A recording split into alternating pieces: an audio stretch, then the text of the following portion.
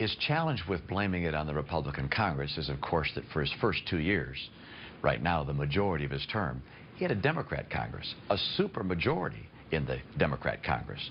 And yet a whole series of things he said he was going to do, he didn't do. A supermajority. That's Mitt Romney shading the truth on CBS News 60 Minutes. He's actually perpetuating this false Republican narrative that President Obama should have gotten more done during his first 2 years in office because he had a supermajority in the Senate.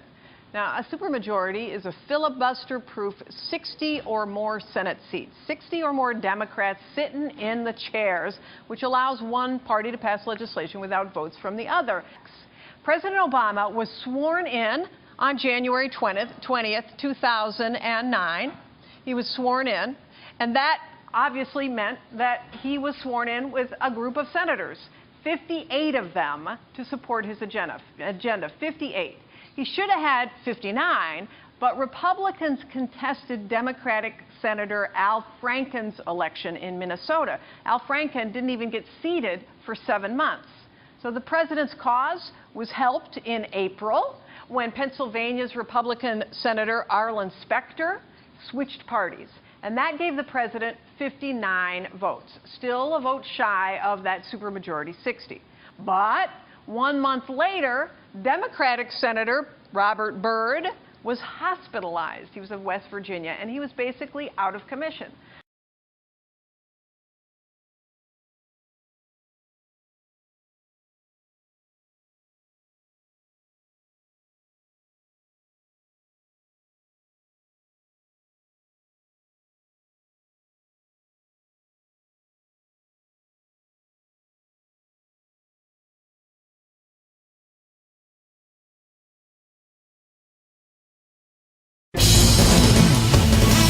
From the global resources of ABC News, this is ABC World News with Diane Sawyer.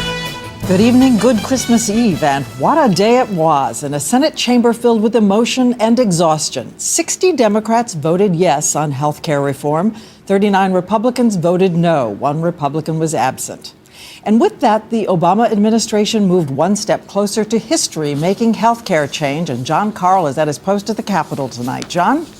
The word you keep hearing tonight, Diane, is historic. And here it is, the most sweeping piece of health care legislation ever to pass the Senate, and one of the biggest and most expensive bills since the creation of Social Security.